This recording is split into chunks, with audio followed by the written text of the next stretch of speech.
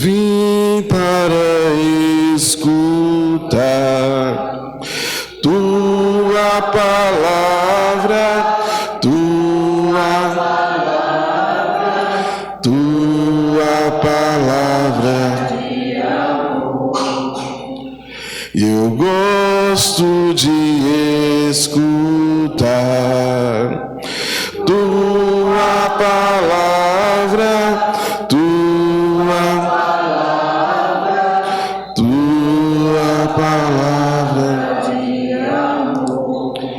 Bem, meus queridos, nós viemos para escutar a palavra de Deus, gostamos de escutar a palavra de Deus, mas muitas vezes a palavra de Deus custa a atravessar essa barreira entre o nosso ouvido e o nosso coração, não é?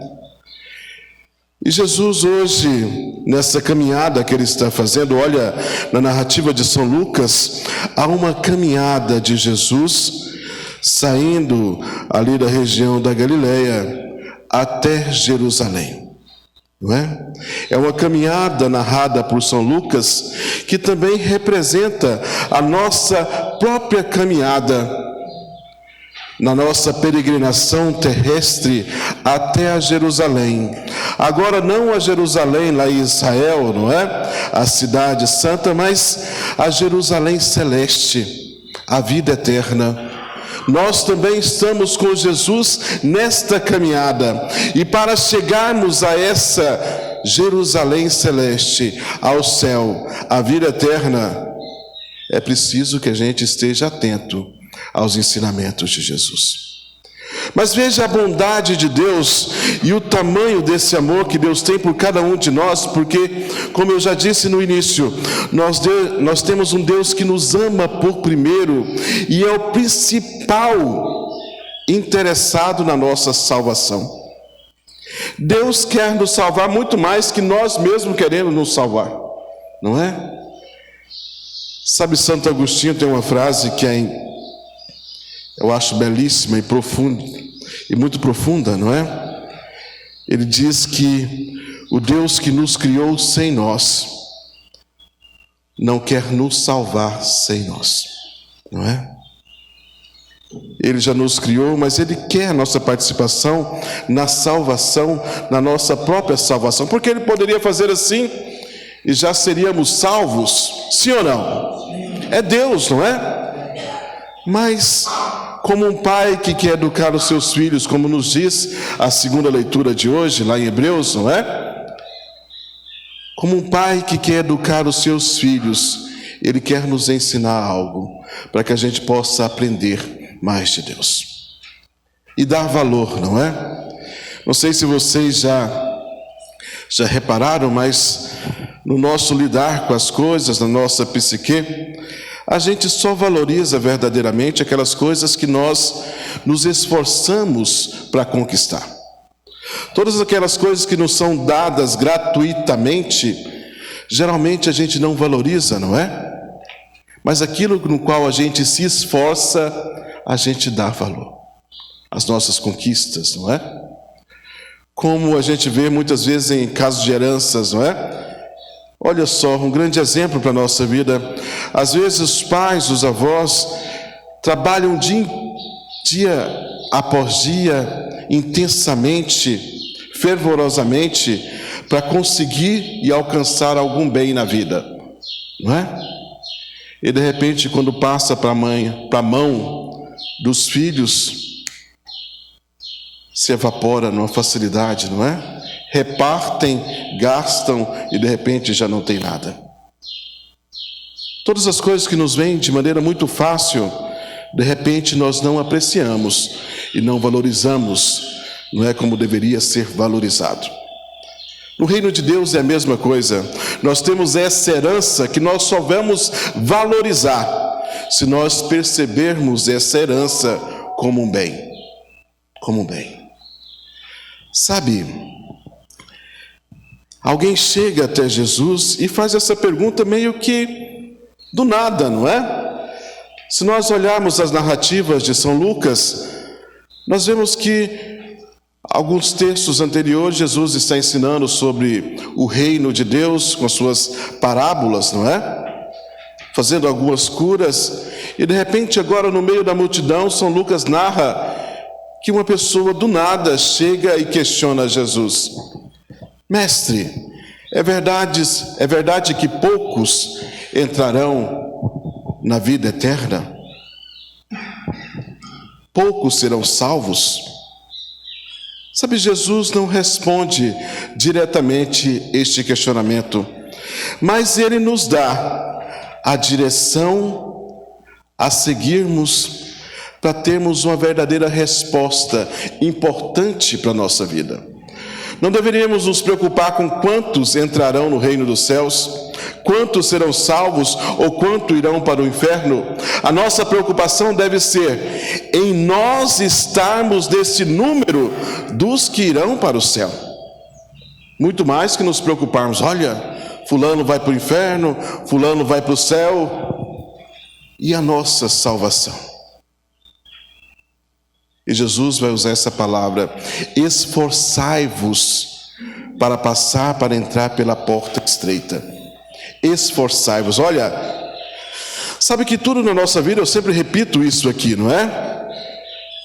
Deus faz 99% com a sua graça, mas o 1% ainda cabe a nós, no nosso sim, na nossa adesão à graça, não é? Ao aceitar o que Deus tem para cada um de nós de bom. Essa é o nosso esforço, é o nosso mérito, não é? Deus já fez tudo, falta somente o nosso sim, o nosso sim. Mas esse sim requer de nós um esforço, não é?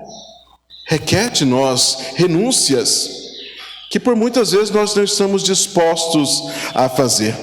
Seria muito fácil eu dizer aqui para vocês que Deus é amor, que Deus é misericórdia, não é? E que é verdade, e que todos estamos salvos. Mas seria uma hipocrisia da minha parte. Então, mesmo que eu não agrade todo mundo, eu tenho que falar sobre essa possibilidade também do inferno para cada um de nós. Porque se existe uma porta estreita na qual a gente tem que se esforçar para passar, existe também uma porta larga onde todos passam sem dificuldade. Olha, é até lisinha, está aberta, está escancarada. Se para ir para o céu eu tenho que me esforçar, para ir para o inferno é só me deixar levar. Só me deixar levar. E como nós temos ondas e correntes por aí, nos puxando, não é? Para esta porta larga. Para essa porta larga. Meus queridos, esse esforço da nossa parte, embora se a gente pensar, nós temos que renunciar a tantas coisas que às vezes não nos levam a Deus, não é? Tantas ações que nós fazemos no nosso cotidiano, que às vezes não acrescentam nada em nossa vida. Tantas coisas que nós estamos buscando em redes sociais, não é? Em vídeos que não nos acrescentam nada, em conversinhas fiadas, em falta de momento de oração. Tantas coisas que nós estamos vivenciando na nossa vida, que poderiam ser melhores e mais eficazes para a nossa salvação. Diante de tudo isso, dessas renúncias, parece pesado demais se nós pensarmos nessa narrativa que tem por aí, onde diz que se o Senhor quer a nossa felicidade, então vamos continuar assim mesmo, porque Deus é misericórdia. Meus irmãos, há um esforço da nossa parte. É Jesus que diz, precisa de um esforço da nossa parte. Jesus é misericórdia, e Ele já fez tudo, não é? Olha, se nós pensarmos diante de toda a ação de Deus, é muito pouco que nos cabe. Se nós relembrarmos e fazermos memória da paixão e morte de nosso Senhor Jesus Cristo, nós vamos ver que as nossas renúncias são muito pequenas diante de tudo, de toda a entrega de Jesus Cristo. Sabe que na Igreja Católica, a sua doutrina e todos os papas, não é? Na sua liturgia, sempre nos indicaram usar o crucifixo com Jesus nele, não é? Diferente da ideia da igreja protestante, que tem sempre o crucifixo vazio, não é? Na Igreja Católica, Jesus está sempre no crucifixo. Não porque nós não sabemos que Ele ressuscitou. Não, nós temos a plena certeza e consciência que Jesus Cristo está vivo, ressuscitado, não é? Porque se isso não tivesse acontecido, como nos diz São Paulo, seria vã a nossa fé. Mas a ideia de sempre termos em nossos templos uma cruz com o crucificado é para nós nos remetermos a este momento salvífico onde Deus encarnado, Jesus Cristo, deu a sua própria vida por amor a cada um de nós. No extremo da dor e do sofrimento, Ele nos amou ao ponto de se entregar. Por isso a cruz com o crucificado, não é? Não porque não sabemos que Ele ressuscitou, que Ele está vivo, que está à direita do Deus Pai, mas para nos lembrarmos desse efeito, desse amor. Então a nossa parte é muito pequena, não é? Sim ou não? Ele já fez tudo. Já nos abriu as portas do céu, nos deu a vida eterna, não é? Quebrou a barreira da inimizade com Deus. Este muro que nos impedia de ter comunhão com Deus foi quebrado. Jesus pagou o preço. Agora só nos falta essa adesão ao caminho do reino. E olha, outra coisa que nós devemos aprender é sobre o próprio reino dos céus. O reino de Deus, que por muitas vezes é pregado por aí, parecendo que o reino de Deus é uma manifestação apenas aqui nesta terra, não é? Mas na verdade o reino de Deus, o reino dos céus, só será pleno e totalmente eficaz e atuante na vida eterna. Aqui é uma pré-figura, ele se inicia aqui, não é? Mas a sua plenitude só se realiza na eternidade. Sabe, nas minhas pregações, às vezes eu paro e fico pensando, quando eu estou preparando, não é? Porque por vezes parece que eu tenho uma visão meio negativa, não é? Pessimista. Mas, penso eu, querendo colocar peso nas costas dos outros, não é? Mas só viveremos plenamente aqui o amor, a justiça, a fraternidade, se nós tivermos o olhar fixo em Jesus. Se nós buscarmos as coisas do alto, se nós nos esforçarmos, não é? Para passar pela porta estreita, porque somente por Cristo e pelo bem que nós podemos fazer a partir de Cristo, nós seremos pessoas justas, honestas e faremos verdadeiramente o bem. Porque qualquer coisa que a gente faça longe de Cristo, possa ser doação, possa ser qualquer coisa que a gente venha desenvolver como uma ação social, será vazia. Será apenas para nós termos reconhecimento social, para conseguirmos pessoas, não é, que digam: olha, muito bem, que bacana a sua ação, para nos dar like lá nas redes sociais.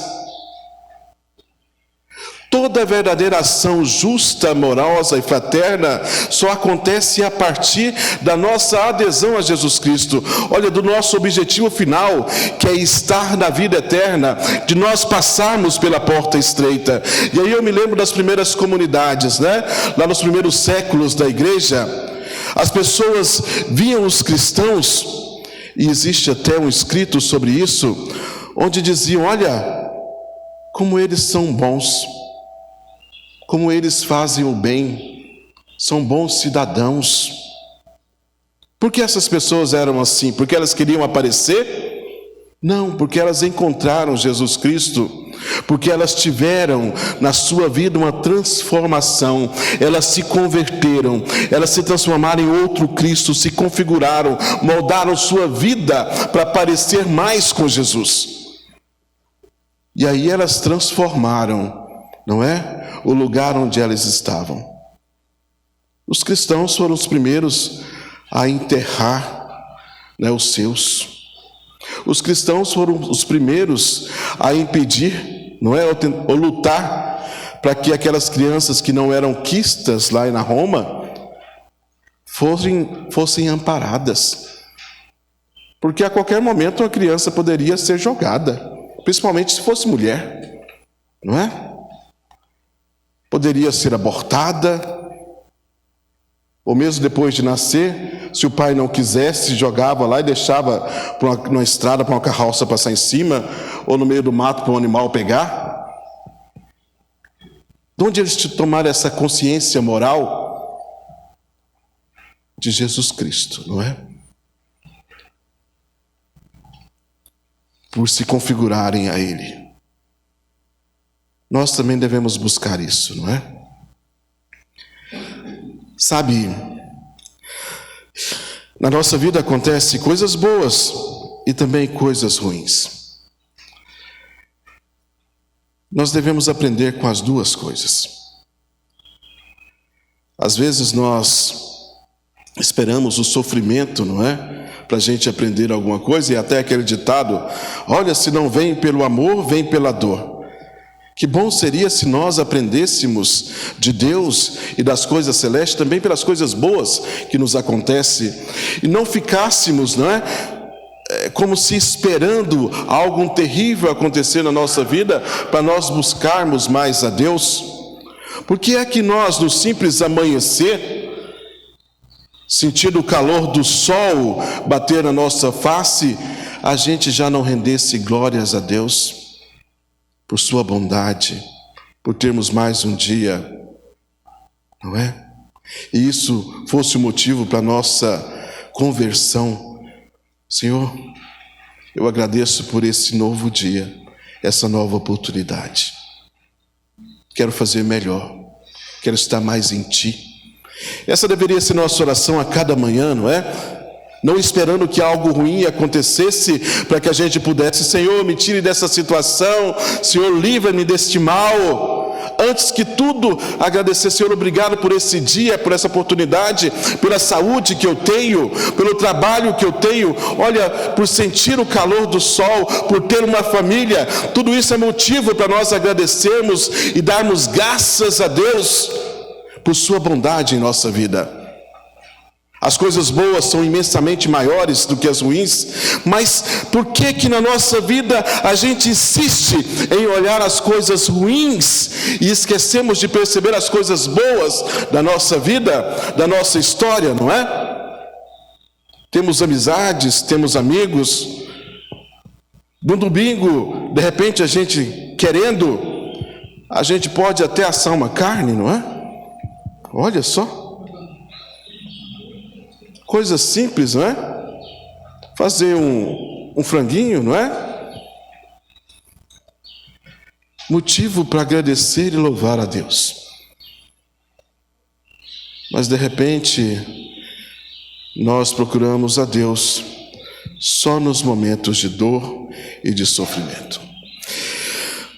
Olha, meus queridos, Jesus ainda vai contar uma historinha, não é? Jesus gosta, né, de contar algumas historinhas. Ele vai contar como essa pequena parábola, dizendo que Se o dono da casa já tiver fechado a porta,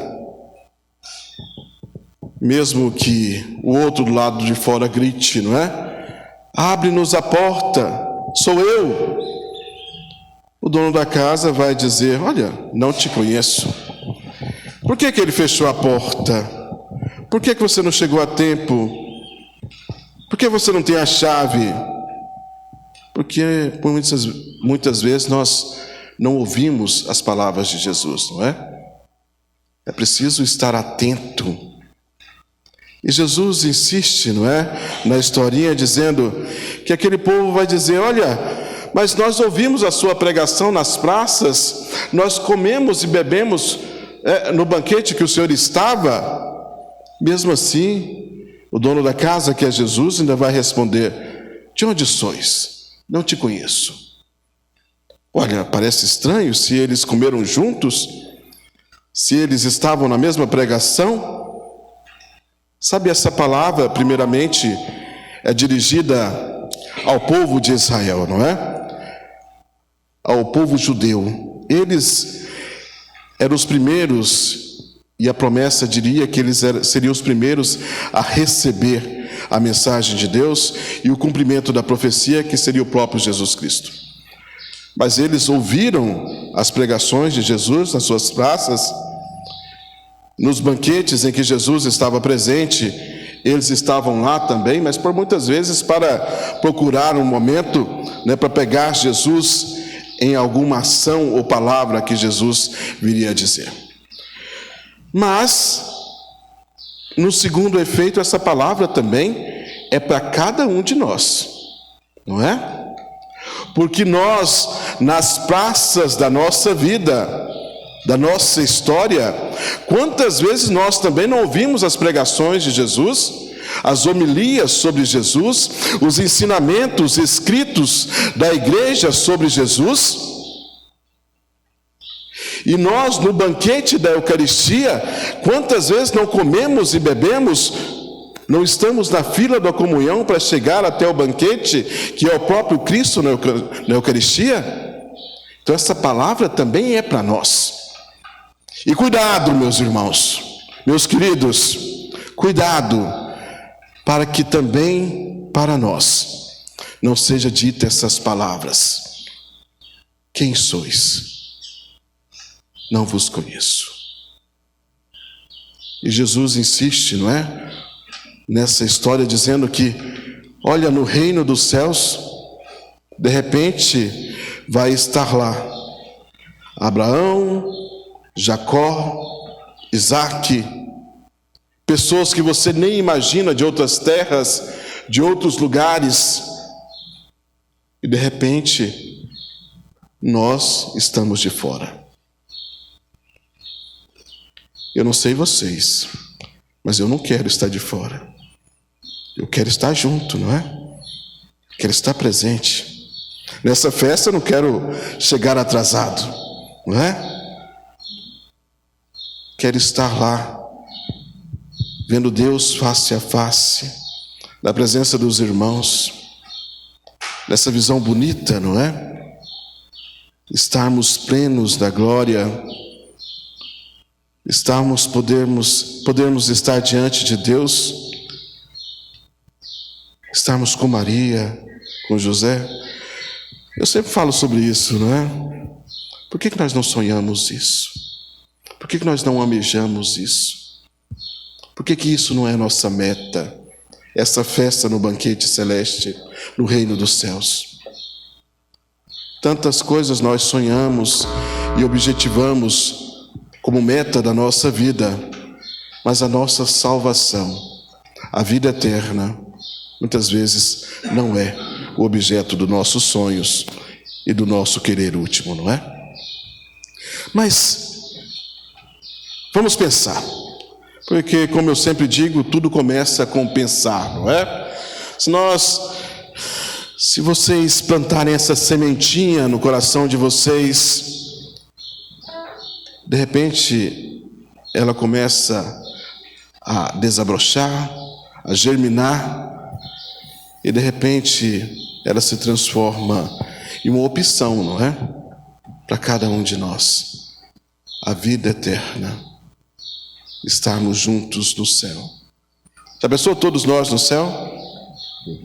Se não pensaram, comece a pensar, porque eu vou estar lá. Agora eu quero estar, né? Eu estou me esforçando mais, porque eu quero estar lá. Quem vai estar lá comigo? Olha, tem uns que estão ficando para trás, né? Olha, gente, não fica não, né? Eu quero estar lá e nós vamos estar todos lá um dia, amém? Amém. Louvado seja nosso Senhor Jesus Cristo. Quando Jesus passar, quando Jesus passar, quando Jesus passar, eu quero estar no meu lugar. Quando Jesus passar, quando Jesus passar, quando Jesus passar, eu quero estar no meu lugar. Amém para isso, né?